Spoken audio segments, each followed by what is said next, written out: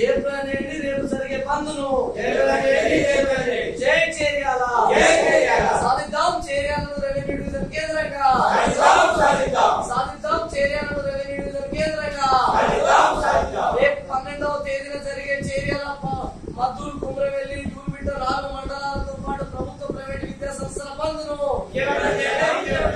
Cheriyal JAC జిందాబాద్ జిందాబాద్ జై చేర్యాల జై చేర్యాల సాధిద్దాం చేర్యాలను రెవెన్యూ డివిజన్ కేంద్రంగా సాధిద్దాం చేర్యాలను రెవెన్యూ డివిజన్ కేంద్రంగా రెవెన్యూ డివిజన్ కేంద్రంగా ప్రకటించాలని డిమాండ్ చేస్తూ గత 10 సంవత్సరాలుగా జేఏసీ ఆధ్వర్యంలో అనేక ఉద్యమాలు నిర్వహిస్తూనే నేడు రేపు 12వ తేదీన ప్రభుత్వ ప్రైవేటు విద్యా సంస్థల బంద్కు జేఏసీ పిలుపునివ్వడం జరిగింది.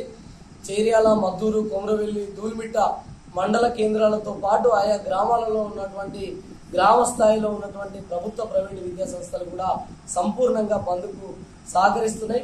ప్రైవేటు విద్యా సంస్థలు స్వచ్ఛందంగా సహకరించినప్పటికీ ప్రభుత్వ విద్యా సంస్థలు కూడా పరోక్షంగా మేము తరగతులు బహిష్కరించడం జరుగుతుంది. ఈ ప్రాంత ప్రజల ఆకాంక్షను చిరకాల కోరికను ఈ ప్రాంతంలో ఉన్నటువంటి చరిత్రను ఔన్నత్యాన్ని రేపటి తరం విద్యార్థులకు తెలియజేయడమే లక్ష్యంగా ఈరోజు జేఏసీ విద్యా సంస్థలకు పిలుపునివ్వడం జరిగింది.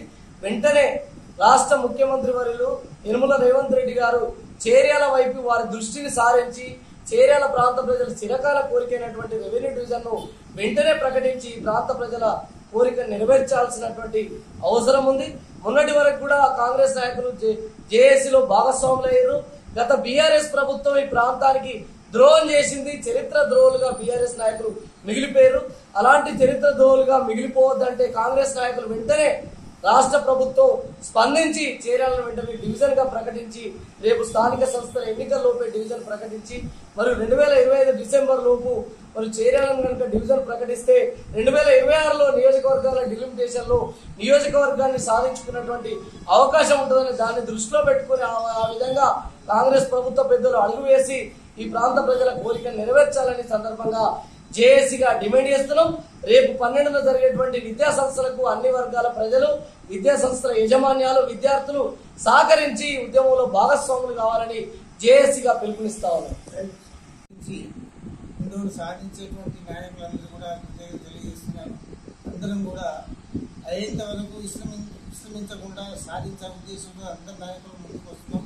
అందులో భాగంగా ఎస్టేట్ టీచర్స్ అసోసియేషన్ మా సంఘం కూడా అన్ని విధాలు సహకరిస్తూ రేపు బంద్ గురించి తప్పకుండా ప్రయత్నం చేస్తాం. మేము కూడా మీతో పాటు తిరిగి అన్ని విద్యా సంస్థలు ప్రైవేట్ అండ్ గవర్నమెంట్ అన్ని కూడా విద్యా సంస్థ బంద్ చేయాలనే ఉద్దేశంగా మేము కూడా నిన్న మీటింగ్ పెట్టుకున్నాం. అందరూ కూడా సక్సెస్ చేస్తాము. కాబట్టి ఈ అయ్యేంత వరకు కూడా మనం చేసి రెవెన్యూ అయ్యేంత మనం ప్రయత్నం చేద్దాం. ముఖ్యమంత్రి గారు కాగానే గనగా మీటింగ్లు బహిరంగ సభలు చెప్పాడు ఇమ్మడి రెవెన్యూ చేస్తాను కానీ మాట్లాడి ఒక్కటి కూడా అన్ని చెప్పడమే కానీ సాధ్యం అయితే లేదు. అన్ని కూడా అబద్ధాలు జరుగుతుంది. కాబట్టి ఆ యొక్క వారిని ఆ గవర్నమెంట్ మెడలోంచే విధంగా మనం అందరం ముందుకు పోయి ఈ రేపు విద్యాసం బంద్ కాగానే మళ్ళీ ఇంకో ధర్నా ఇంకో ఉద్యమం నిర్వహిస్తూ అయ్యేంత మనం పోరాడి ముఖ్యమంత్రి గారిని ఒప్పించి ఆ యొక్క రెవెన్యూను సాధించే విధంగా మనం ప్రయత్నిద్దామని పని చేస్తూ మీ అందరికీ ధన్యవాదాలు తెలియజేస్తాం. రెవెన్యూ డివిజన్లో భాగంగా 4 మండలాల్లోని విద్యా సంస్థలు బంద్కు పిలుపునివ్వడం జరిగింది.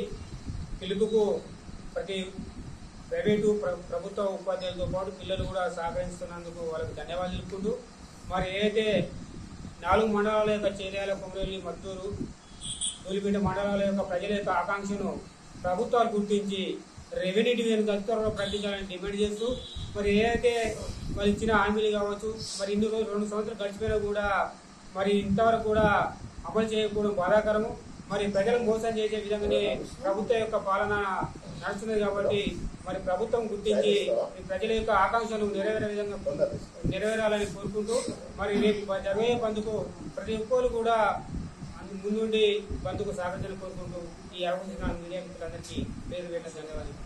సోదరులకు నమస్కారం తెలియజేస్తూ ఈరోజు రెవెన్యూ డివిజన్ సాధన కమిటీలో ప్రధాన భూమిక పోషిస్తున్నటువంటి జేఏసీ నాయకులకు నమస్కారం తెలియజేస్తున్నాను. చేర్యాల ఉనికి, అస్తిత్వం, ఆత్మగౌరవం కోసం జరిగేటువంటి పోరాటంలో చేర్యాల ప్రాంతానికి పూర్వ వైభవం సాధించాలనేటువంటి ఒక బలమైనటువంటి సంకల్పంతో ఈ అన్నిటికీ పరిష్కారం ప్రధానంగా రెవెన్యూ డివిజన్ సాధన ఏకైక లక్ష్యంగా జేఏసీ ఇచ్చిన పిలుపులో భాగంగా రేపు 12వ తారీఖు రోజు 4 మండలాల పరిధిలోని తండాలు, చిన్న చిన్న గ్రామాలు, మేజర్ గ్రామ పంచాయతీలు మొదలుకొని మండల కేంద్రాలు మొదలుకొని పట్టణంలో ఉన్నటువంటి అన్ని ప్రభుత్వ ప్రైవేటు విద్యా సంస్థలను సంపూర్ణంగా బంద్ చేయడం కోసం జేఏసీ పిలుపు ఇవ్వడం జరిగింది. ఆ రోజు అందులో భాగంగానే రేపు 12వ తారీఖు నాడు చేర్యాల ప్రాంత పరిధిలో ఉన్నటువంటి దాదాపు 100 పైచిలకు ప్రభుత్వ పాఠశాలలు, గురుకుల పాఠశాలలు, కస్తూర్బా గాంధీ పాఠశాలలు, డిగ్రీ కళాశాల, జూనియర్ కళాశాల, పాలిటెక్నిక్ కళాశాలతో పాటు ఈ చేర్యాల పట్టణంలో ఉన్నటువంటి 9 ప్రైవేటు విద్యా సంస్థలో చదువుతున్నటువంటి విద్యార్థులు దాదాపు మొత్తం ప్రభుత్వ పరిధిలో 10,000 మంది, ప్రైవేటు పాఠశాలలో చదివేటువంటి 5,000 మంది, అంటే 15,000 మంది విద్యార్థులు ప్రత్యక్షంగా రేపటి బంద్లో పాల్గొంటున్నారు. దాదాపు 800 మంది ఉపాధ్యాయులు పరోక్షంగా భాగస్వాములు అవుతున్నారు. 600 మంది ప్రభుత్వ పరంగా పనిచేసేటువంటి ఉపాధ్యాయులు, 400 నుంచి 500 మంది ప్రైవేట్ విద్యా సంస్థలో పనిచేసేటువంటి విద్యార్థులు, ఉపాధ్యాయులు ఇందులో భాగస్వాములు అవుతున్నారు. వాటికి తోడు 15,000 మంది విద్యార్థులు అంటే పేరెంట్స్ 30,000 మంది తల్లిదండ్రులు కూడా పరోక్షంగా రేపు జరిగేటువంటి బంద్లో భాగస్వామ్యం అవుతుంది. కాబట్టి నేను ప్రభుత్వానికి తెలియజేసేది ఏంటంటే ఈ చేర్యాల ప్రాంతంలో జరిగేటువంటి రేపటి బంద్ను మినీ సకల జనుల సమ్మెగా గుర్తించి తక్షణమే ప్రభుత్వం, ఇక్కడ అధికారంలో ఉన్నటువంటి పార్టీ కాంగ్రెస్ పార్టీ స్పందించి చేర్యాల రెవెన్యూ డివిజన్ ప్రకటించాలన్నటువంటి డిమాండ్ తోటి రేపు బంద్ చేస్తున్నాం.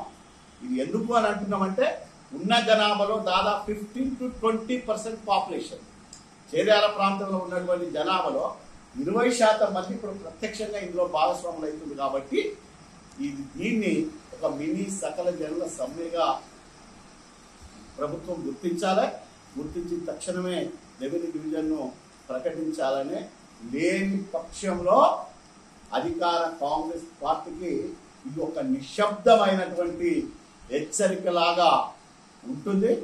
ఒకవేళ ప్రజల ఆకాంక్షని ఇంకా కూడా నెగ్లెక్ట్ చేసి ఇంకా కూడా అశ్రద్ధ చేసినట్టయితే కాంగ్రెస్ పార్టీ, ఇప్పుడు అధికారంలో ఉన్నటువంటి కాంగ్రెస్ పార్టీకి తిప్పలు తప్పలు మూల్యం చెల్లించుకోవాల్సినటువంటి పరిస్థితి వస్తుందని ఈ సందర్భంగా తెలియజేస్తుంది.